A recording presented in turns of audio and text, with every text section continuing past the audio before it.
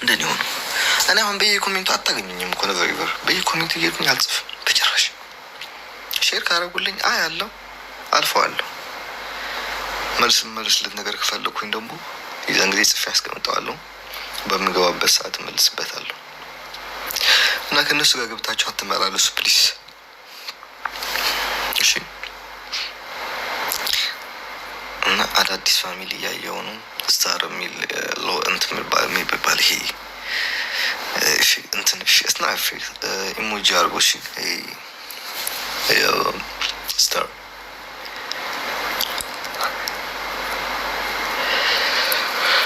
ላላላላ ላላላ ከላላያይነ ተውካዕተና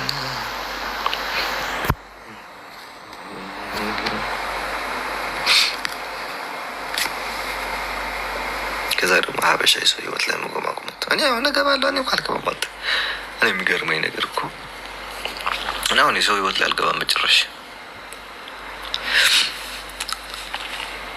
በዚህ በመጣ ጀና ቢመጣ ነገር አልናገርም ወጥቼ በዚህ ሶሻል ሚዲያ ላይ ነበር ስለማይመለከት ተቀባቸው ምን አለ ባሁን አለው በትሮጃ የዛን ጊዜ እንደዚህ በኖርኩኝና ብዙ ነገር በተማርኩኝ ከኔ ተማሩ።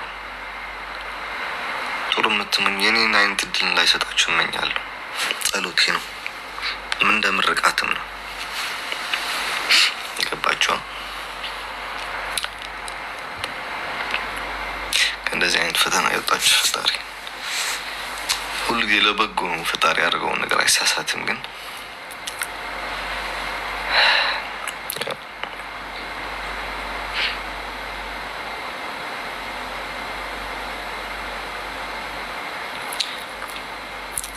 አንዳንድ ጊዜ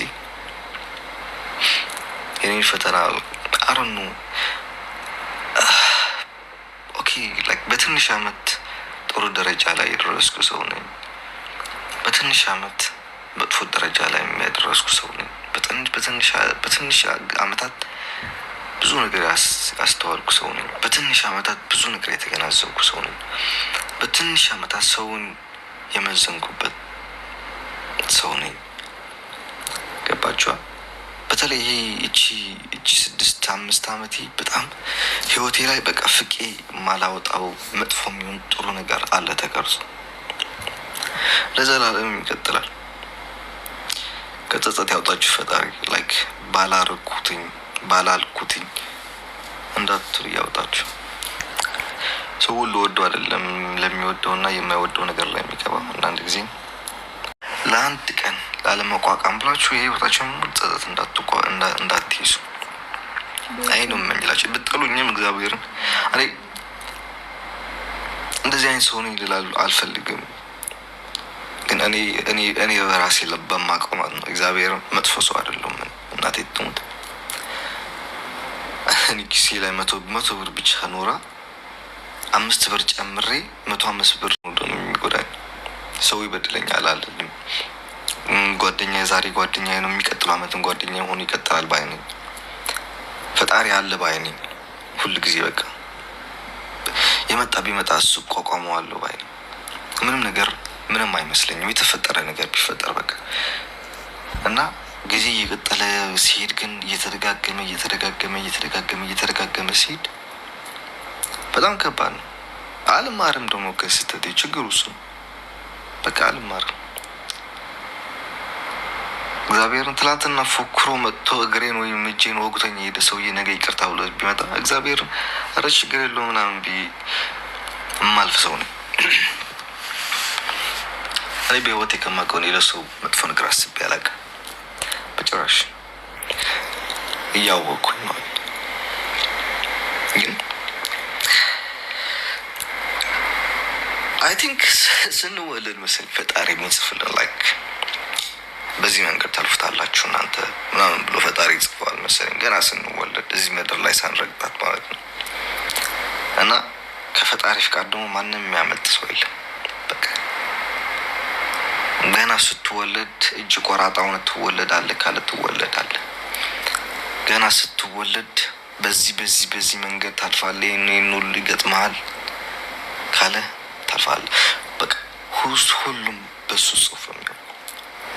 እኔ አላውቅም እኮ ዛሬ አለው እያወሯችሁ ነው አይደል? እየመከርኳችሁ ነው። ሌሎቻችሁ በሌላ ነገር ይመስላችኋል። ሌሎቻችሁ እንደ ጥሩ ነገር አስባችሁ ትሆናችሁ። ሌሎቻችሁ የምትጠሉኝ ደግሞ ቢሰቀጣችሁ ይሆናል። ይህን ነገር ሳወራ የምትወዱኝ ደግሞ ደስ ይላችሁ ሰሙት ይሆናል። ገባችሁ አይደል? ግን ዛሬ አለው ነገ ግን አላውቅም። ነገ ልሞት እችላለሁ። ነገ ሀብታም ልሆን እችላለሁ። ነገ ሆምለስ ልሆን እችላለሁ። ገባችሁ አይደል?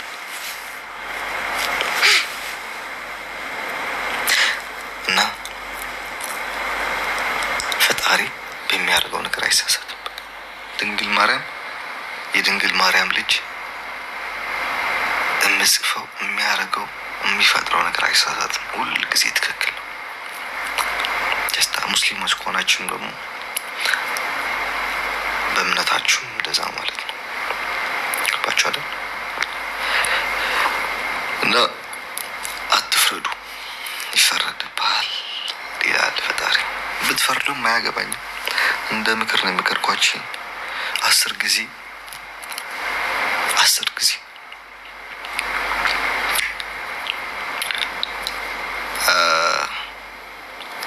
ብትጣሉ ግርጭት አለ። ኦፍኮርስ ግርጭት አለ። ከፋሚሊ ጋር ትጣላለ። እኔም ሁሉም ቤት ላይ አለ። በየቤታችን ጓዳችን ስለሸፈነ ነው፣ ሶሻል ሚዲያ ላይ ስለማናወጣ ነው እንጂ በየሁላችን ቤት የለም። እዚህ 5100 ሰው ህዝብ አላችሁ። አባታችሁ የከዳችሁ ሰው የለም። እዚህ ብር እናታችሁ የከዳችኋችሁ የለም። ወንድሞቻችሁ፣ አክስቶቻችሁ፣ እህታችሁ፣ አጎታችሁ የለም። አያቶቻችሁ የሉም። አልተከዳችሁም። በእነሱ አልተጣላችሁም። ከነሱ ጋር 1 2 ዓመት 10 ዓመት አልተዘጋጋችሁም ከነሱ ጋር። ጀስት የኛ ሀበሻ ችግራችን በውስጣችን ስላያዝነው ነው። በህይወጣውን ጃጅ ለማድረግ እንሞክረው። ልዩ እናታችን በየሁሉም ቤት አለ። ትጣጣለ፣ ግን ሶሻል ሚዲያ ላይ ስለማናወጣው ብር በሎቻችሁ አይደል? ይብሏችሁ። በቃ ቤት ከዷችሁ ይክቷችሁ። በተለይ ቲክታከር ከሆናችሁ ነቨር ኤቨር ለሚመጣውም ትውልድ ፎቶ የቤተሰቦቻችሁ ባታሳዩ፣ ለራሱ የቤተሰቦቻችሁን ፎቶ ለራሱ እንዳታሳዩ ሶሻል ሚዲያ ላይ በጭራሽ። ገባችኋል? እና ምክር ያዙት። ያን ነገር ጨርሰናል።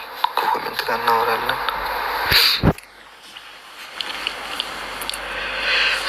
እኔ ባይደው ምን ባይመስለኝ እግዚአብሔር እኔ እንዲህ ባለ ይሄ ህይወት ላይ እንደ እሳት የፈተነችን ሰው ነኝ። ገባችሁ አይደል? ዝም ብሎ እንደማንም ሰው ባይደው ልንገራችሁ፣ እግዚአብሔር ምንም አይመስለኝም። ይሄ ተረፋሳ የአሳ ትራፊ ምናምን ብሎ ሲሳደው ሶሻል ሚዲያ ሰማቸው ምንም አይመስለኝም።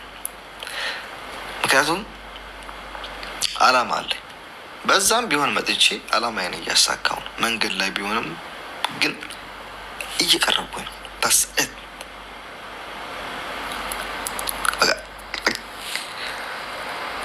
እንኳንም ይህን ሁሉ መንገድ መጥቼ አልፌ ሆምለስ ሆኜ አልቀረሁ።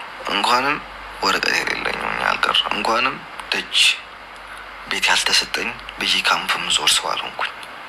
ፈጣሪ ይመስገን የተሻለ ሀገር ደረሰኝ። የተሻለ ህይወት እየኖርኩኝ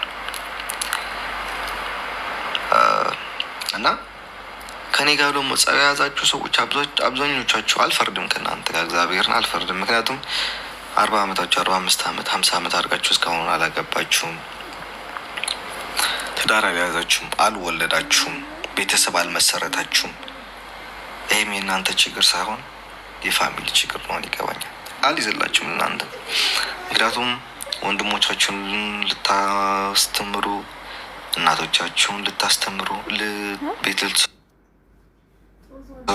የተሻለ ላይፍ ለማኖር እነሱን ሚስታችሁን ከኢትዮጵያ ለማምጣትም ይሆን በሌላም ይሆን ተቸግራችሁ ወንድሞቻችሁ ተበለሽቶባችሁ የመጠጥና የሆነ ነገር ቀርተው ይገባኛል።